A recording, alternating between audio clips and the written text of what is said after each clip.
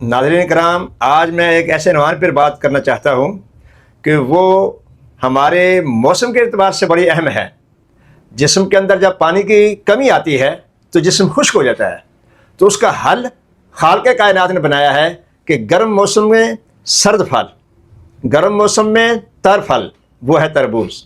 آپ کے جسم میں گرمی ہے، معدے میں گرمی ہے، جلن ہے، آنکھوں میں جلن ہے، آنکھوں سے پانی بہتا ہے، آنکھوں کے اندر آپ کو گرمی محسوس ہوتی ہے، دماغ کے اندر خشکی ہے۔ ویسے تو میں اللہ کی شان بیان کروں تو حق ادا نہیں ہو سکتا۔ اللہ نے اتنی نعمتیں ہمیں دی ہیں کہ جو ہم شمار کریں شمار نہیں کر سکتے۔ یہ تربوز موسم کے حساب سے پھل ہے۔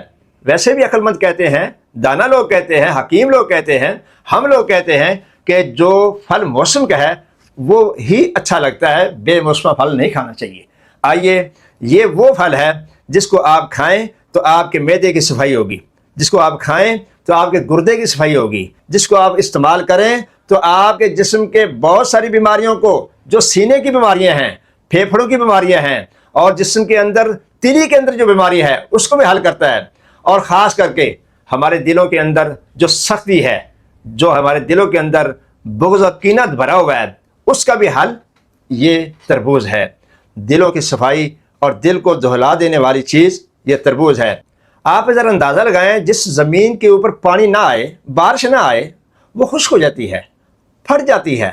اگر جسم کے اندر پانی کی کمی ہے تو پانی کی کمی کی وجہ سے جسم کے اندر خشکی پیدا ہوگی، خشکی سے خارش پیدا ہوگی، خارش سے آپ کا جسم پھٹے گا۔ تو جب جسم پھٹے گا تو یقیناً پورا جسم متاثر ہوگا۔ تو اس کا حل کیا ہے؟ تربوز۔ گویا کہ اس کو استعمال کرنے کی تھوڑی سی احتیاطی تدبیریں ہیں، تھوڑا سا طریقہ کار سمجھ لیں کہ اس کو کھانے کے لیے جب اس کو آپ خریدیں بازار سے تو مکمل تربوز خریدنا ہے، کٹا ہوا بازار سے نہ لیں۔ اور وہ تربوز بالکل نہ کھائیں جس کے اندر ریشے بن جائیں، وہ نقصان دہ ہیں۔ آپ مکمل تربوز لیں، اس کو کاٹیں، اور کاٹنے کے بعد جب آپ اس کو استعمال کریں تو یہ ذہن میں رکھنا، اس سے پہلے آپ نے پانی نہ پیا ہو، حتیٰ کہ دودھ بھی نہ پیا ہو۔ ہاں، اس کے کھانے کے بعد بھی آپ نے پانی نہیں پینا، دودھ بھی نہیں پینا۔ اس کی وجہ، اگر آپ اس کے کھانے کے بعد پانی پیتے ہیں یا دودھ پیتے ہیں تو ہیضہ ہونے کا اشکار ہے۔ تو اس طرح آپ ہیضے سے بچ سکتے ہیں اگر پانی کا استعمال نہیں کریں گے۔ تو یہ تربوز جب آپ استعمال کریں تو اس کو زیادہ مقدار میں نہیں کرنا، کم از کم پاؤ اور زیادہ زیادہ 1 کلو تک کاٹ کر کھائیں۔ اگر اس کا آپ جوس بنائیں یا ایسا گرائنڈ کر کے استعمال کریں تو یہ مناسب نہیں ہے، کیونکہ اس کی وجہ یہ ہے اس کا وہ فائدہ نہیں ہوگا گرائنڈ کرنے سے بھی اور جوس سے بھی، جو اس کو ویسے کاٹ کر کھانے سے فائدہ ہوتا ہے کہ سرد پھل، تر پھل، کیونکہ اس کا مزاج بھی سرد اور تر ہے۔